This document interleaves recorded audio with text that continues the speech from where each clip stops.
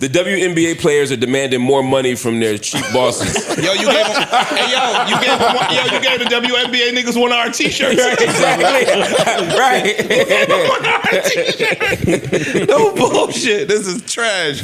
Look how it just lines up. Yo, it really do. Sheesh. Oh, the WNBA All-Star game. Oh yeah, let's start there. The actual game. Did y'all watch the game? No. It was it was a barn burner for like 2 minutes. Yo. Did you say a barn burner? Yeah, y'all don't say that? I said No. Yo, I can't. It was a good game. Caitlin's team played though. The Caitlin squad would play. It was a good game. It wasn't particularly close, but there was a lot of action because of the 4-pointer. And I thought it was a fun game. Listen, I have been watching the WNBA. Yeah. Like, I play Prize Picks. And so because of Prize Picks, I've been learning about the players. I'm watching shit. The shit is, women's basketball is coming a long, long way. For sure. All jokes aside. It's some great basketball being played. It's coming outside of Caitlin. You do that more, I'm going to get you right. What? What? Yo, man.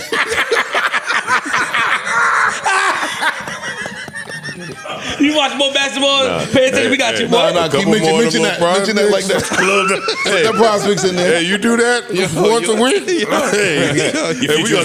gonna get you right. You're a fool, son. Anyway. No, but the game was great, but the thing that got the most attention wasn't the game itself. It was the T-shirts that some of the players were wearing. It was the comments made about the T-shirts. Well, right. It starts with all of it together, right? The team, they were wearing shirts that spoke to their desire to make more money, right? And to get the owners to pay them more money as they enter this deal. And then the world responded. Some people stood in solidarity. Other people were like, what the fuck y'all talking about? And that became a big debate. And there was also a little backdoor debate, if you saw the press conference with Kelsey and others, about who participated in those talks, because there were talks about making more money and organizing strategies around making more money. Most of the people were on board. Some people on Caitlin's team weren't, and that became a whole other side conversation. But I don't want to make it about Caitlin. I'm just going to say the WNBA women are asking for more money. They're demanding more money. What does the top athlete in the WNBA make a year, like roughly? On WNBA Less than salaries us. has gotten so out of hand that we're now seeing the league compared to Formula One, a global sports league that generates over $1 billion a year in TV contracts around the world and has individual sponsors like LVMH that pay $100 million or more. Now, this is obviously a ridiculous comparison for all the reasons I just mentioned and plenty others, but I think it might be helpful to understand what's so challenging about the WNBA negotiation. So for starters, you'll commonly hear that WNBA players don't want to get paid the same as NBA players. They just want to split the same share of revenue. It's a little lengthy, but it's worth it. For context, NBA players get around 50% of the annual revenue of the league. They split it with owners, 50-50. While WNBA players only see about 10% of the revenue that the league creates. That sounds like a mismatch, and they should probably increase that. Now, here's the problem with that. The WNBA has never made a profit. That by itself is not a huge problem. Sports teams lose money on an annual basis all the time, and the league will eventually be profitable when its next media rights deal kicks in. The problem is with their cap table. Now, since the WNBA has lost money every year for the last 25 to 30 years, the NBA has funded and covered those losses. It has cost the NBA around $10 million annually. This wasn't a bad deal for the NBA. The NBA was able to package up the WNBA's media rights with their own and sell it as a year-round package to TV broadcasters, since the WNBA takes place during the NBA offseason. It also sort of gave them a call option on women's sports. If it's successful, it's worth billions of dollars. If not, they write off the $10 million as a tax loss. No big deal. Now, the problem is that at that $10 million a year, that financing was not cheap. Additionally, the WNBA raised $75 million from an outside investor group in 2022 that included Nike and other sports owners.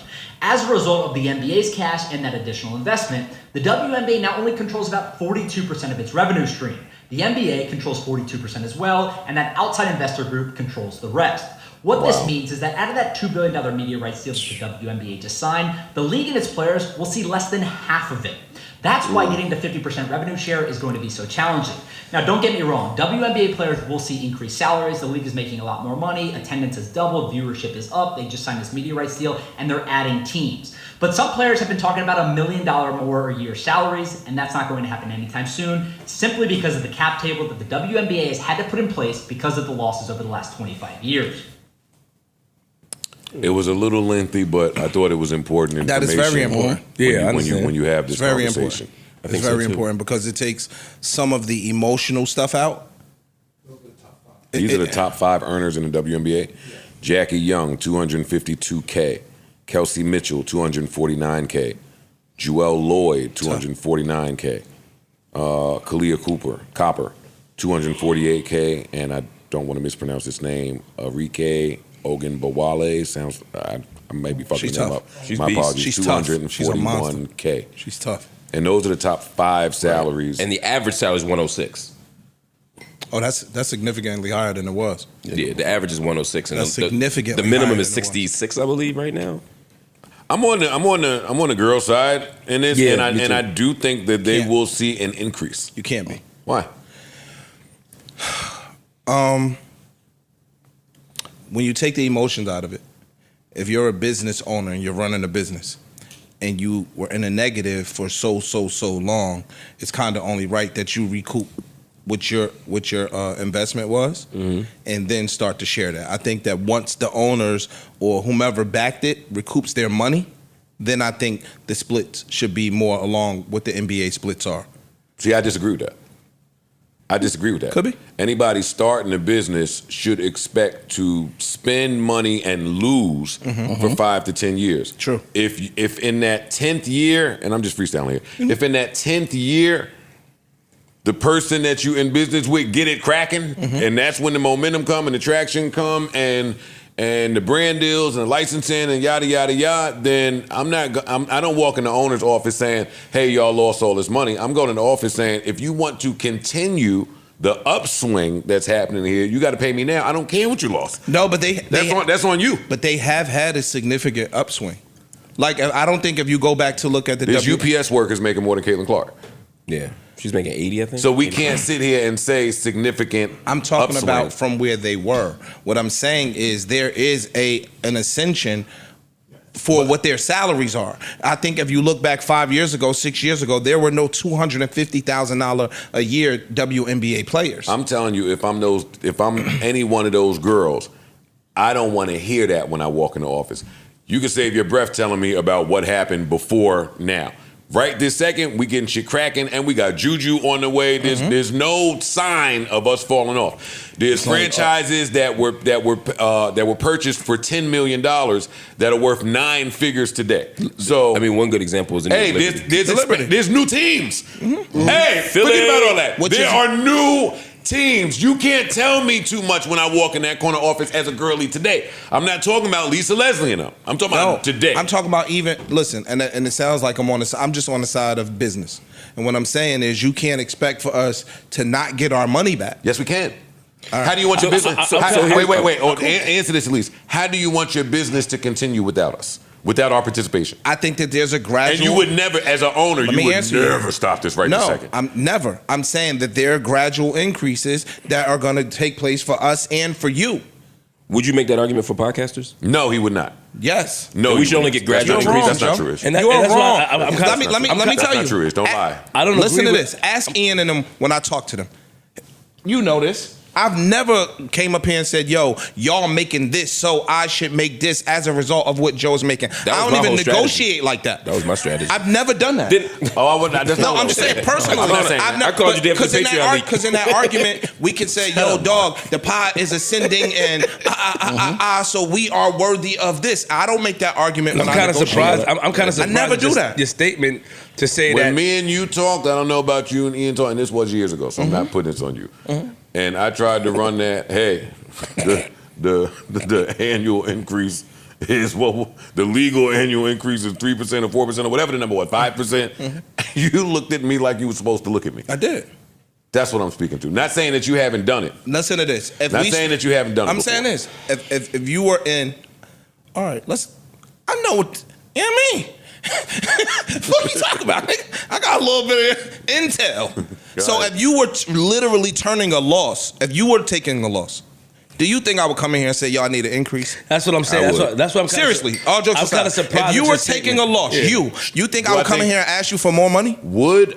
I don't know. Should? I say yes. No, that's ridiculous. And- I disagree. Because I say yes. if you're losing money, And you know I and wouldn't do that. then you have an opportunity to pick up, and you're losing money, and you start to pick up. You expect us to come in here and say, "Yo, the shit that you're starting to gain, pay us with it. And That's- Joe's that's- lying. and I don't agree because with half that. of your negotiation when me and you got together was, yo, we just took on some more Exactly. expenses, and you know what I'm saying, like that was your spiel. Well, no, my position changes depending on which side of the table I'm on. Yo, stop playing. Both of y'all do. not That's why playing. I'm fascinated by this conversation. No, that's What's not wrong with true. you? I'm Stop saying Sadly, doing that, he's yo. not joking. That's terrible. Niggas can snuff you, yo. Yo, Niggas telling the truth. one Niggas day can he the snuff you. label. Yeah, right. That's what I'm saying. Look, One day he is the label. One day he be the artist. No, and that's the Depending on who duality, we and that's the talking about. duality of life. When I speak to Ish It's crazy. or some people, It's crazy. yes, there are expenses that need to be taken into account. When I'm Ish, Fuck them I expenses. don't give a fuck about that shit that you talk about, dog. That's fucked Do you up. hear this nigga? I gotta do. be. This guy I gotta is be taken care nuts. of. But then again, wait, because it does sound nuts. So let me slow down. I take it back. Ice is Wait, hold at a up. loss Stop. for Don't say words. nothing. Don't say nothing. I'm Don't lost say too, nigga. Don't say nothing right now. Just let me get this point out because I don't want this to be misconstrued. Got it. To talk like Barry Bonds, you have to produce like Barry Bonds. Okay. So when I'm on the other side saying I don't care about what you're saying, it's because I've produced like Barry Bonds. So yeah, I don't care about the normal how this should go. Go walk, take a walk, and find a way to make Barry Bonds happy. And that was your stance in the Drake argument. Yeah, That they need to go outside and come back in. you goddamn right. Now, I hold on. wouldn't suggest that you try that if you are not Drake. 1,000% positive that you are producing at that clip. So, like, right this second with these Women. and girls, ladies, these ladies have the opportunity or this small window to say to billionaire owners, we don't care. They'll never have the opportunity again to say, hey, we don't care about Don't care what you about none of that. spent That's your and how problem. you That's a got you problem. here and your losses and you just now making money. Cool. Can I jump in? Even if they don't get their way, they won't be able to even say this again. Go ahead. This is the only thing I say, and I see all sides. I see all the arguments. As a business owner, I see it. As a worker, I see it. I think the NBA has a history and a trajectory that we can follow. The NBA didn't make money for decades. The NBA didn't really. Through the '60s, through the '70s, It was through going the bankrupt until Magic and Bird came. Right. But they still kept playing players more. And the argument still was this is a long-term investment. I don't disagree with Ish's point that you have to play a long game here. And I don't think anybody disagrees with that your share will increase as we make more money and the owner has a right to recoup it. But you can't recoup anything or build anything without the players. Indeed. So the question is not should you recoup it, it's what proportion should you get while we're recouping it.